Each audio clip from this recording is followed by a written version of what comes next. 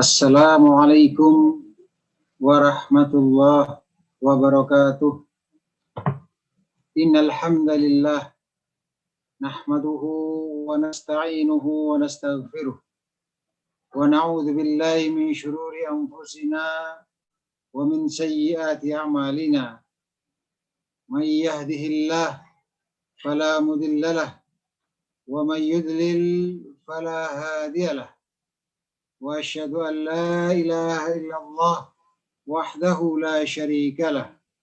Wa asyhadu anna Muhammadan abduhu wa rasuluhu sallallahu alaihi wa ala alihi wa sahbihi wa sallama tasliman mazida ma ba'd. Alhamdulillah, pada kesempatan ini kita telah sampai pada penjelasan tentang doa. Pada pertemuan yang kemarin kita telah mempelajari doa itu adalah ibadah, beserta dalil-dalil yang telah kita jelaskan atau kita pelajari pada pertemuan yang telah lalu. Dan alhamdulillah, di akhir dari penjelasan kita telah sampaikan bahwa apakah setiap doa itu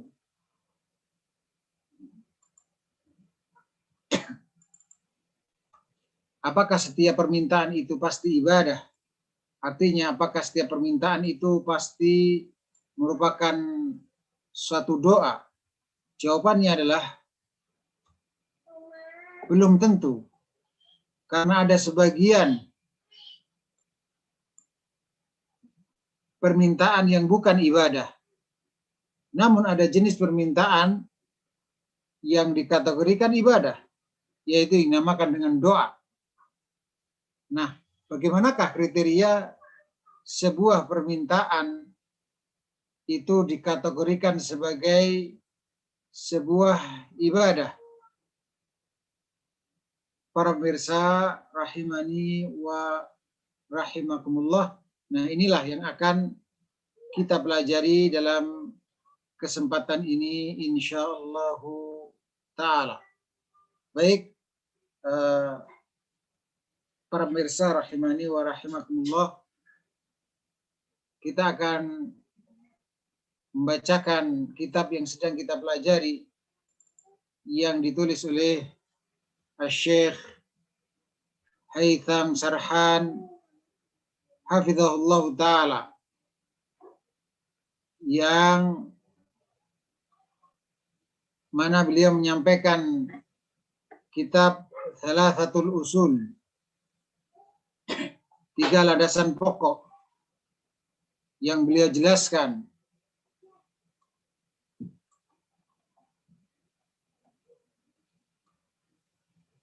Ya, mari kita ikuti penjelasan beliau di sini. Macam-macam doa. Doa terbagi menjadi 2, yaitu doa ibadah dan doa masalah. Jadi istilah doa di dalam disiplin ilmu tauhid al-uluhiyah terbagi menjadi 2. Yang pertama doa ibadah dan yang kedua adalah doa masalah. Doa ibadah yaitu doa dengan keadaan seperti salat, puasa, haji, dan seluruh bentuk-bentuk ibadah selain berdoa. Mengapa dikatakan ibadah-ibadah selain berdoa seperti sholat, puasa, haji ini merupakan atau diistilahkan dalam ilmu tauhid uluhiyah dengan doa? Jawabannya karena setiap orang-orang yang melaksanakan ibadah-ibadah tersebut jika dia ikhlas dan sesuai dengan sunnah Rasulullah SAW, pasti hakikatnya mengharapkan kepada Allah agar ibadahnya tersebut diterima dan agar dia mendapatkan pahala dari Allah Ta'ala. Ini hakikatnya permintaan. Ini hakikatnya permintaan. Sehingga keadaan atau kondisi orang yang beribadah dengan ibadah sholat, puasa, haji, dan yang lainnya, ini hakikatnya menunjukkan bahwa dia meminta kepada Allah Ta'ala agar diterima dan agar diberi pahala. Kemudian doa yang kedua adalah doa masalah. Masalah artinya permintaan. Atau yang kita kenal dalam istilah kita berdoa. Ibadah dengan istilah berdoa. Inilah yang diistilahkan dalam disiplin ilmu tauhidul uluhiyah dengan doa masalah. Yaitu doa ibadah dengan permintaan lisan. Seperti ucapan, ampunilah saya Allah, rahmatilah saya Allah.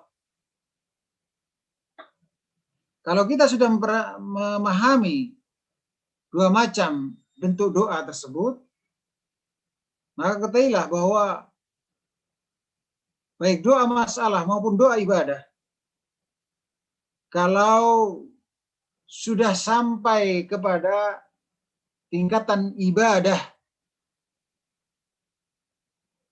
saya ulangi, baik doa ibadah maupun doa masalah, karena sudah sampai pada tingkatan ibadah,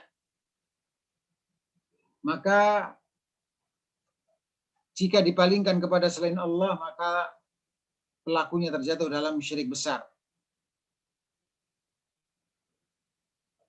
Sedangkan apabila permintaan itu tidak sampai pada tingkatan ibadah yang disilakan dengan berdoa, baru doa dalam arti bahasa, permintaan, maka ini harus diperinci. Inilah yang dimaksud oleh penulis hukum dari doa. Doa di sini maksudnya doa dalam makna bahasa, yaitu meminta. Maka hukum dari meminta ini harus diperinci. Yang mana meminta di sini terbagi menjadi dua yang akan dijelaskan perinciannya. Para pemirsa rahimani wa rahimakumullah. Baik. Dia menyampaikan perinciannya di sini tentang yaitu macam-macam permintaan. Dua macam doa masalah. Doa di sini adalah maksudnya permintaan. Oleh karena itu, karena ini sambungan dari penjelasan di atas, hukum dari doa, ini harus diperinci, maka doa yang dimaksud di sini adalah permintaan. Permintaan ini ada yang tidak diampuni, saya ulangi, ada yang tidak dimampui dalam memenuhinya kecuali oleh Allah Ta'ala. Hanya Allah Ta'ala yang mampu memenuhinya. Isi permintaannya hanya Allah Ta'ala yang mampu memenuhinya. Dan ada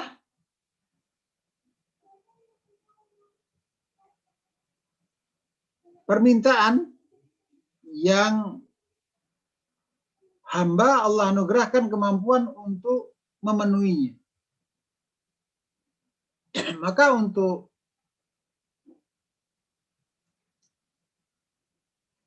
isi permintaan yang hanya Allah Ta'ala yang mampu memenuhinya, jika permintaan tersebut dipalingkan kepada selain Allah, maka ini syirik besar. Namun untuk isi permintaan yang hamba diberi kemampuan oleh Allah untuk memenuhinya, maka tidak masalah permintaan tersebut ditujukan kepada orang yang mampu untuk memenuhinya, asalkan syarat-syaratnya sebagai berikut. Yang pertama, yang dimintai adalah makhluk hidup, tidak mati. bukan mayit di dalam kuburan. Kemudian yang berikutnya yang dimintai harus ada sebab komunikasi, baik itu lewat HP, WhatsApp dan yang lainnya, maupun langsung bertatap muka. Artinya diistilahkan di sini bukan gaib. Bukan gaib maksudnya ada sebab komunikasi yang diambil. Kemudian yang ketiga, yang dimintai harus mampu. Bukan tidak mampu memenuhi permintaan tersebut.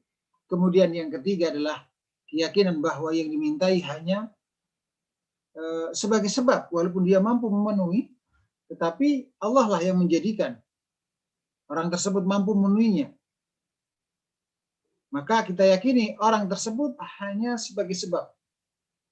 Adapun penyebab, sebab itu berpengaruh adalah Allah Subhanahu wa Ta'ala.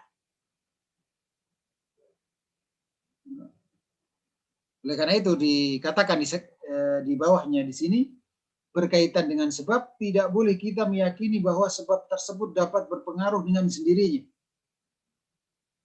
Adapun kalau seorang meyakini bahwa yang dimintai dapat memberi pengaruh dengan sendirinya di alam ini, lepas dari kekuasaan Allah, pengaturan Allah, lepas dari pengaturan Allah, diyakini bahwa dia bisa mendatangkan manfaat dan menolak mudarat secara mutlak, maka ini termasuk syirikan akbar.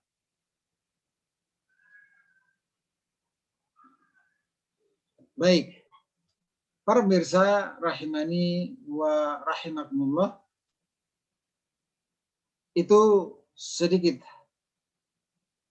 apa yang disampaikan oleh Syekh.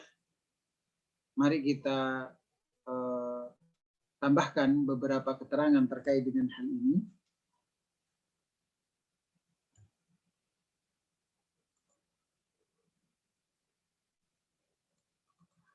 Ya, kita hendak mempelajari atau kita sedang mempelajari doa antara tauhid dan syirik. Artinya ada doa yang bernilai tauhid dan ada doa yang bernilai syirik.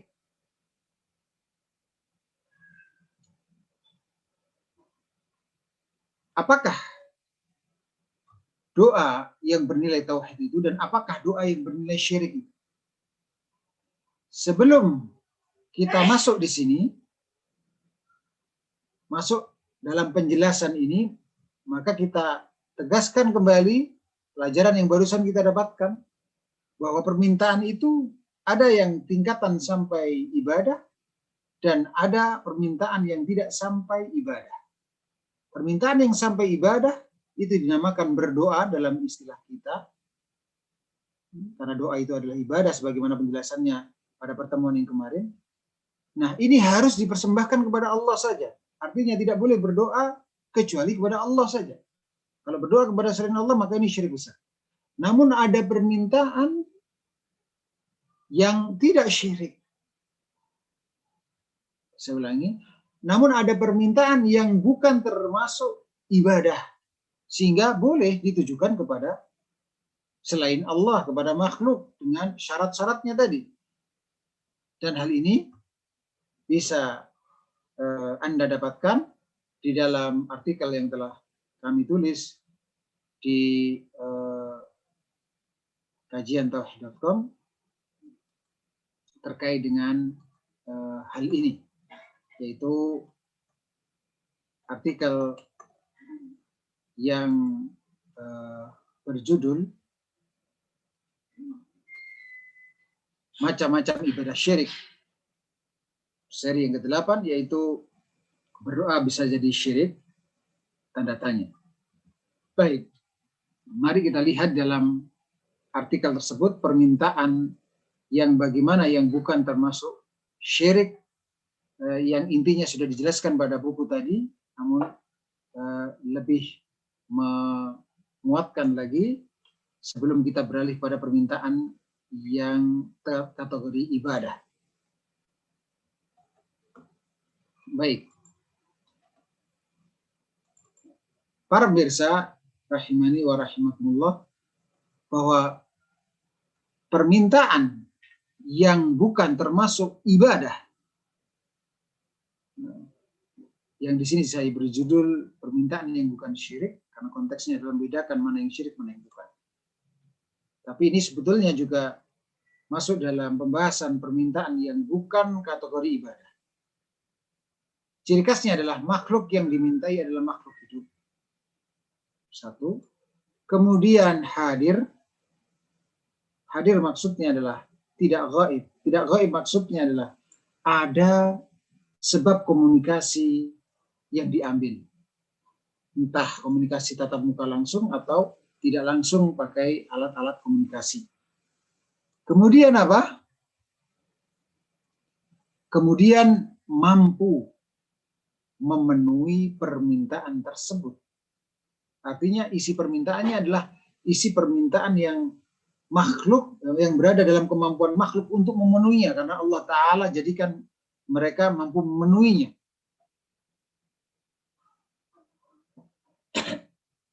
Itu 3 syarat untuk dikatakan bahwa permintaan itu bukan ibadah. Karena ada permintaan yang ibadah yang dinamakan dengan berdoa. Apa saja syaratnya? Permintaan itu bukan dikatakan ibadah, permintaan yang non ibadah, atau permintaan yang bukan berdoa. Jawabannya adalah 1, makhluk yang dimintai adalah makhluk itu. 2, hadir makhluk tersebut. Artinya ada sebab komunikasi yang diambil. Kemudian yang ketiga, mampu makhluk hidup tersebut mampu memenuhi permintaan tersebut. Artinya isi permintaannya berada di dalam kemampuan makhluk. Bukan isi permintaannya adalah yang hanya Allah Ta'ala yang mampu memenuhinya. Kalau permintaannya itu adalah hanya Allah Ta'ala yang mampu memenuhinya, maka kalau diminta kepada selain Allah, maka ini syirik besar. Para pemirsa rahimani wa rahimakumullah. Dan tentunya makhluk yang dipilih untuk dimintai adalah makhluk yang mampu memenuhinya. Artinya bukan hanya sekedar secara kemampuan di bawah kemampuan makhluk untuk memenuhi, tapi juga makhluk yang dipilih untuk dimintai adalah makhluk yang memang bisa memenuhinya. Karena kalau tidak demikian, seseorang akan terjatuh ke dalam kesia-siaan. Seseorang akan terjatuh ke dalam kesia-siaan. Dan kalau meyakini keyakinan yang sampai menghancurkan dasar keimanannya, maka terjatuh dalam syirik besar. Para pemirsa rahimani wa rahimakumullah, akan tapi kalau yang dilanggar adalah ciri khas berada dalam kemampuan makhluk, sehingga seseorang meminta kepada selain Allah dalam perkara yang hanya Allah yang mampu memenuhinya, maka kalau sampai seperti itu pelanggarannya, maka itu terjatuh ke dalam kesyirikan akbar. Baik, selesai penjelasan tentang permintaan yang non ibadah. Sekarang kita beralih kepada permintaan yang ibadah.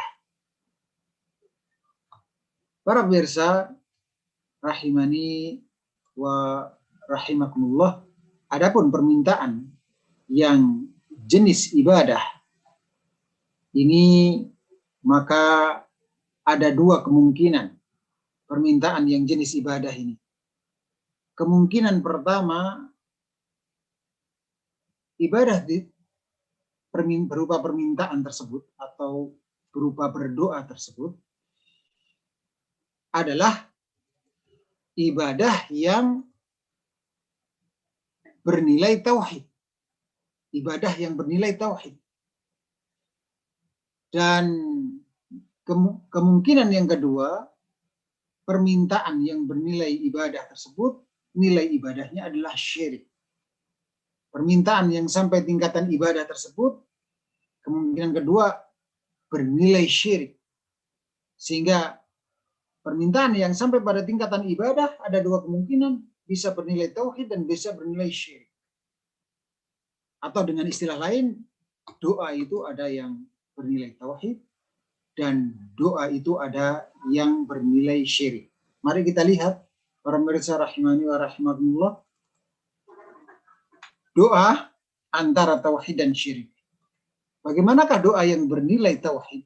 Para pemirsa rahimani wa rahimakumullah, doa yang bernilai tauhid ini yaitu permintaan yang mengandung kesempurnaan merendahkan diri seorang hamba kepada Rabb-Nya,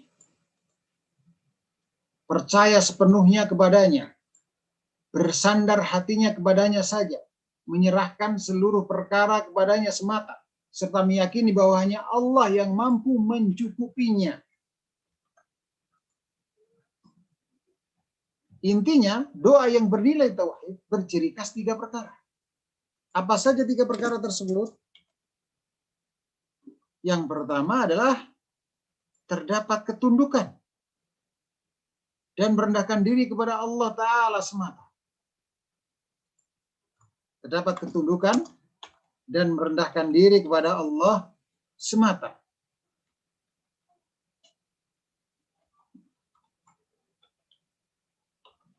Ya, ini ciri khas yang pertama. Kemudian yang kedua, percaya sepenuhnya kepada Allah Ta'ala, bahwa Allah mampu memenuhi permintaan tersebut. Dan yang ketiga, hati bersandar kepada Allah Ta'ala semata. Inilah yang bernilai tauhid. Dan kalau kita perhatikan, orang-orang yang berdoa dengan tulus, ikhlas, dan sesuai dengan sunnah Rasulullah Sallallahu Alaihi Wasallam pasti ada 3 perkara ini. Inilah doa yang bernilai tauhid. Lalu pemirsa rahimani wa rahimakumullah, bagaimana doa yang bernilai syirik? Doa yang bernilai syirik, maksudnya di sini adalah syirik akbar, adalah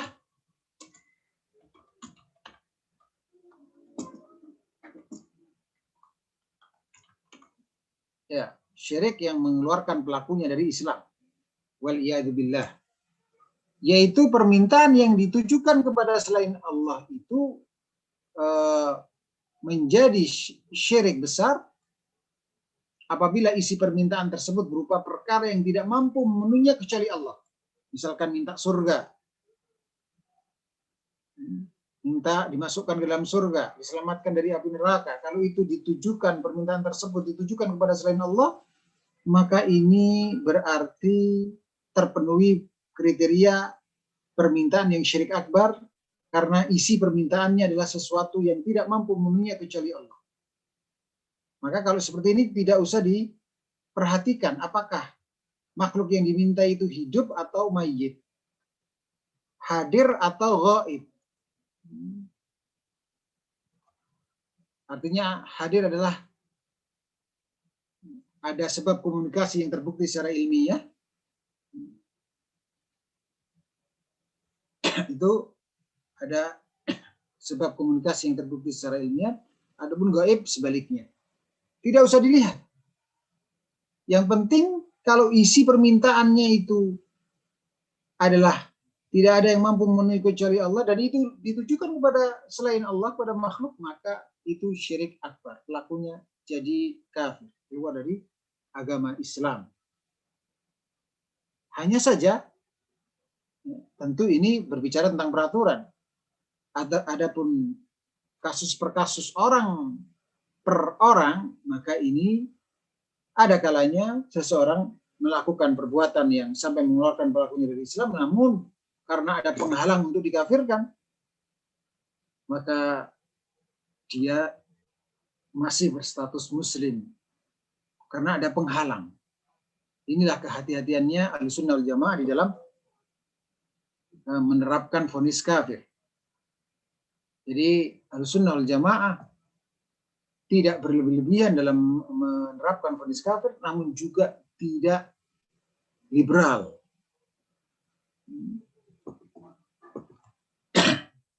Menyamakan antara kafir dan non-kafir. Tidak demikian, tetapi bersikap moderat, tengah-tengah. Hanya mengkafirkan orang-orang yang memang dikafirkan oleh Allah Ta'ala dan Rasulnya Sallallahu Alaihi Wasallam dan telah terpenuhi syarat-syarat untuk dikafirkan, serta hilang penghalang-penghalang untuk dikafirkan terkait dengan kafir tunjuk hidung atau individu orang tertentu. Adapun yang kita bicarakan ini terkait dengan peraturan syariat Islam. Sebagaimana kita mengatakan misalnya barang siapa yang mencela Allah maka kafir. Itu peraturannya. Adapun orangnya kita lihat apakah ketika mencelanya itu terpenuhi syarat-syarat untuk dikafirkan. Bisa jadi dia sedang berada dalam ketidaksadaran. Sehingga lepas kontrol kemudian mengucapkan ucapan-ucapan kekafiran. Sehingga ada penghalang untuk dikafirkan. Jadi perlu dibedakan antara peraturan vonis kafir dengan menjatuhkan vonis kafir pada orang tertentu. Baik, balik pada permasalahan. Kapan sebuah permintaan itu dikatakan syirik akbar? Atau dengan istilah lain, doa yang seperti apa yang bernilai syirik akbar? Jawabannya adalah satu, jika isi permintaannya tersebut berupa perkara yang tidak mampu memenuhinya kecuali Allah. Maka ini sudah nggak usah dilihat siapa yang diminta itu. Makhluk siapa yang diminta itu? Makhluk hidupkah, makhluk mati, nggak usah dilihat. Gaibkah, makhluk gaibkah, atau tidak usah dilihat. Yang penting isi permintaannya adalah sebuah perkara yang tidak mampu memenuhinya kecuali Allah. Kemudian yang kedua, bahwa makhluk yang dimintai adalah makhluk mati. Ini pun juga orang yang meminta kepada mayit di kuburan itu artinya menyembah mayit tersebut dengan ibadah doa. Karena doa itu adalah ibadah sebagaimana dalilnya telah ada dalam pertemuan yang telah lalu dan ditujukan kepada selain Allah, maka itulah kesyirikan akbar. Atau doa tersebut ditujukan kepada makhluk hidup namun gaib, artinya tidak ada sebab komunikasi yang terbukti secara ilmiah. Sama saja isi permintaannya perkara yang makhluk mampu atau tidak mampu memenuhi. Kalau kepada yang gaib tidak ada sebab komunikasi, maka ini terjatuh ke dalam kesyirikan akbar. Karena orang yang mati atau makhluk yang gaib tidak memungkinkan untuk bisa memenuhi permintaan apapun. Maka meminta kepada kedua makhluk tersebut menunjukkan orang yang meminta itu meyakini bahwa makhluk yang mati atau makhluk hidup yang gaib tersebut memiliki kekhususan atau kemampuan sebagaimana kemampuan Allah Ta'ala. Ini artinya terpenuhi definisi syirik, yaitu menyamakan selain Allah dengan Allah dalam perkara-perkara yang menjadi khususan Allah. Sebagaimana telah berlalu penjelasannya para pemirsa rahimani wa rahimakumullah di dalam artikel yang saya sampaikan pada pertemuan yang terdahulu terkait dengan yaitu definisi dari syirik, baik itu syirik akbar maupun definisi syirik asgar telah kami jelaskan, dan definisi syirik akbar sebagai materi yang kita bahas atau yang kita pelajari pada pertemuan pada malam hari ini adalah sebagaimana kami jelaskan pada pertemuan yang terdahulu, yaitu musawatu ghairillahi billah fima huwa min khasaisillah, menyamakan selain Allah dengan Allah dalam perkara-perkara yang menjadi dalam perkara-perkara yang itu merupakan kekhususan Allah Subhanahu wa taala. Demikian yang bisa saya sampaikan pada pertemuan kali ini. Insyaallah setelah ini kita teruskan dengan kajian interaktif tanya jawab. Semoga bermanfaat besar bagi saya dan keluarga saya yang hadir di sini dan antum serta antumna semuanya yang menyaksikan tayangan ini. Wassallallahu wasallam wa baraka ala nabiyyina Muhammad wa akhiru da'wana anil hamdulillahi rabbil alamin. Assalamualaikum warahmatullahi wabarakatuh.